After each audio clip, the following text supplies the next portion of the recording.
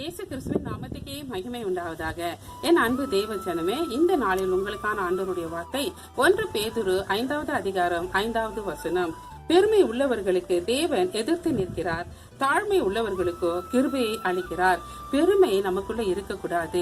பெருமையான வார்த்தைகளை எப்பொழுதும் நம்ம பேசவே கூடாது. உங்களுடைய வாயிலிருந்து பெருமையான வார்த்தைகளை இந்த நாளில இப்பொழுதே நீங்கள் எடுத்து போட்டுடுங்க. அந்த பெருமை நமக்குள்ள இருக்கும் பொழுது ஆண்டவருடைய கிருபையை நீங்கள் இழந்து விடக்கூடும்.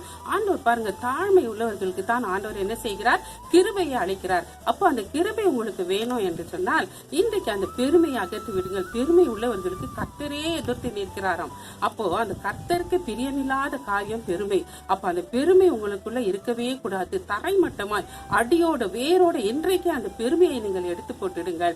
அப்போ நீங்க தாழ்மையா இருக்கும்போது ஆண்டவருடைய கிருபை உங்களுக்கு மேலும் ஆண்டவரே கிருபை அளித்து கொண்டே இருப்பார். அந்த கிருபையை நீங்கள் இன்றைக்கு பெற்றுக் கொள்ளுங்கள். பெருமை அகற்றி விடுங்க. உங்கள்கிட்ட இருக்கக்கூடிய எந்த காரியமா இருந்தாலும் எப்பொழுதும் பேசும் பொழுது தாழ்மையுள்ள வார்த்தைகளை பேசுங்கள். பெருமையான வார்த்தைகளை இந்த நாளிலே ஒரு முடிவுக்கு கொண்டு வாங்க. அப்படி நீங்க செய்யும்போது கர்த்தர் கிருபை அளித்து உங்களை ஆசீர்வதிப்பார். ஜெபிப்போம். மகிமை நிறைந்த தேவனாகிய கர்த்தாவே, இந்த நாளில கூட அப்பா இந்த பிள்ளைகளுக்குள்ள இருக்கக்கூடிய எல்லா பெருமைகளை எடுத்து போட்டு தாழ்மையை நீ தந்து ஆசீர்வதித்து உடைய கிருபை அவர்களுக்கு அளித்து ஆசீர்வதிக்க முடியாது ஜெபிக்கிறேன். இயேசுவின் மூலம் ஜெபிக்கிறோம் பிதாவே, ஆமென். God bless you.